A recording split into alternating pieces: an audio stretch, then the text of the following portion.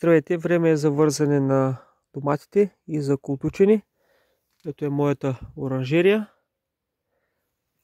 Ползвам тези двата инструмента. Това е за вързането.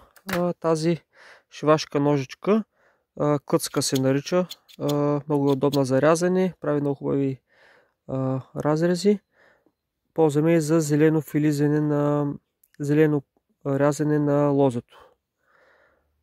Ето това вече съм го окултучил. Хубаво е така на 1 см от това да се среже. За тези от вас, които не знаят, култуците са тези израстъци, които растат между стеблото и между листото.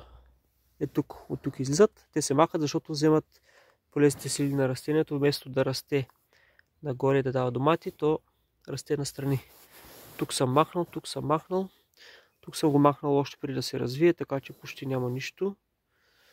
Много трябва да се внимава с цвечето на домата и с върха, защото без върх той няма да расте нагоре и ще си остане така. Много внимавайте с цвечето и с върха.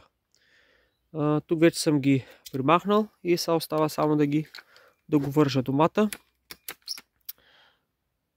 Така. Го захващам, давам малко мегдан, да не е много притиснато стеблото към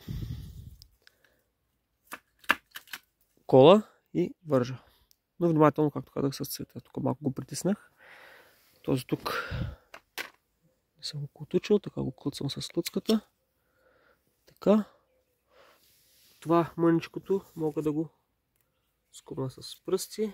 Надолу са добре. Този също го вържа.